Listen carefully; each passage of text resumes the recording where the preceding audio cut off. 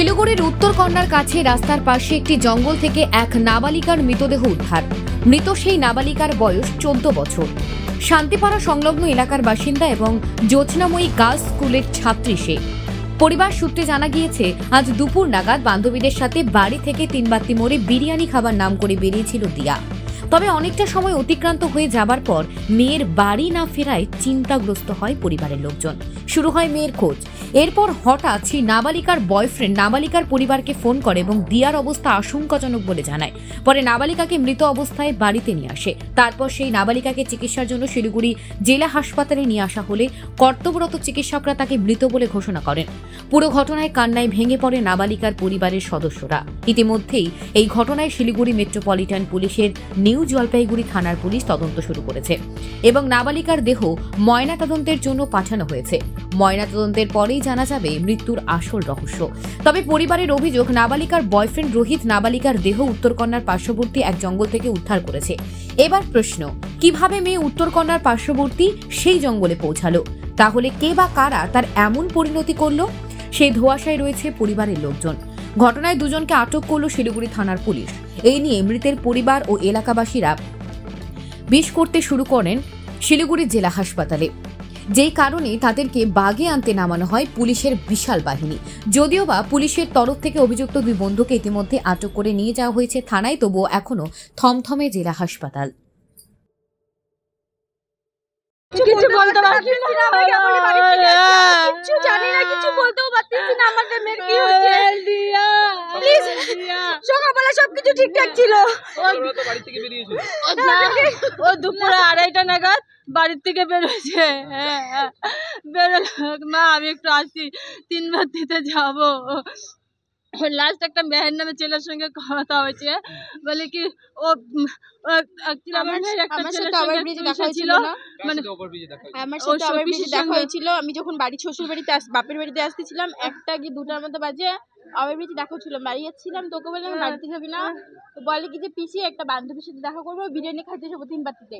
তো তখন একটা কাকে ফোন করলো, মেয়ে না ছেলে জানি না, ঠিক আছে, ফোন করে নাম্বারটা সঙ্গে সঙ্গে ডিলিট করে দিল। তারপরে আমি বাড়িতে চলে গেলাম। তো কিছুক্ষণ ধরে তো আমরা বাড়িতে এসে আমার দিদি বোনদের সাথে গল্প টল্প করলাম। তো বৌদি আছে বলে কি একটু দিয়াকে ফোন কর। তো আমার ফোন করছিল, আমার দিদি ওদের নাম্বার ব্লক করে রাখছে, মানে ও যে ছেলেটা বা কার সাথে কথা বলে ওই ফোনটার নাম্বার ব্লক করে রাখছে। তো আমার ফোনে ফোন করছে, না প্রেমের সম্পর্ক ছিল সেই ছেলে। তো এই যে এখানে ওই তো আমাদেরকে ফোন করলো, অন্য একটা ছেলের সঙ্গে কথা বলছিল। তো আমাদেরকে তারপরে আমাকে ফোন করলো, ফোন করার পর ও হচ্ছে ফোন উঠাচ্ছে না। ফোন করলাম যে মেয়ের ওই রোহিতের ফোনে ফোন করছিলাম, মেহের নামে একটা ছেলে উঠেছে, বললো ও দিয়াকে খুঁজতে গেছে, দিয়ার কোথায় আসছে। আমি ফোন করছিলাম, দেখ তো দিয়া কোথায় গেছে, তোদের সঙ্গে কোথাও যাওয়ার কথা নাকি। তখন ও বললো কি দিয়া তো আমার কাছে আসেনি। তখন রোহিত খুঁজতে গেছে, ওকে খুঁজতে গিয়ে মেহের বললো যে ও খুঁজতে গেছে মোবাইলটা রেখে। তার কিছুক্ষণ পরে আমি আবার মেহেরকে ফোন করছি, মেহেরের মোবাইল সুইচ অফ দেখাচ্ছিল। তারপর থেকে মেহেরের মোবাইল সুইচ অফই আছে। মেয়েকে আমি পাইনি। ওই যে বললাম না, ওর বয়ফ্রেন্ড কি আমাদেরকে ফোন করছে, আমার ফোন থেকে তো ফোন করছিল। তো আমার ফোনে ফোন করে বলছে যে মানে ভাবছো ওর মাকে দিতে। তো বললাম এখন আমাদেরকে কি বলবি, ওর মার তো শরীর ভালো না। তো বলে যে কথাবার্তা বলতে পারছে না, পুরো সেন্সলেস হয়ে গেছে। তো আমরা বললাম যে কি হচ্ছে না হচ্ছে, ওকে বাড়িতে আগে আইনে দিয়ে যা, আমাদেরকে বাড়িতে আইনে দিয়ে যা। তারপর আমাদের বাড়ির সামনে আসে, তো আমরা তো গিয়ে দেখি খুব অজ্ঞান, এখন ওর মার শরীর ভালো না। ওর মাকে বললে আমরা সঙ্গে সঙ্গে আগে মেডিকেল নিয়ে যাবো, মেডিকেলে তো এমার্জেন্সি ভর্তি নেবে না। তারপরে সিভিলে নিয়ে এসে ভর্তি করলাম। তারপরে তো বললো যে কে বলে গলায়, আমরা ওখান থেকে দেখতে পাচ্ছি যে হাত মুখ খুব সাদা হয়ে গেছে, গলার এখানে কেমন দাগ। আমরা তো এখন অতটা জানি না, আন্দাজ করতে পারতেছি না যে কি হয়েছে, কথা বলতেছে না। তারপরে এসে সিভিলে ভর্তি করলাম। তারপরে বললো যে ও মানে অনেকক্ষণ গলার অনেকক্ষণ আগেই মারা গেছে, ও আমরা আনার আগে অনেকক্ষণ আগে মারা গেছে। ও আমরা কোথা থেকে ছেলেটা আনছি আমরা জানি না।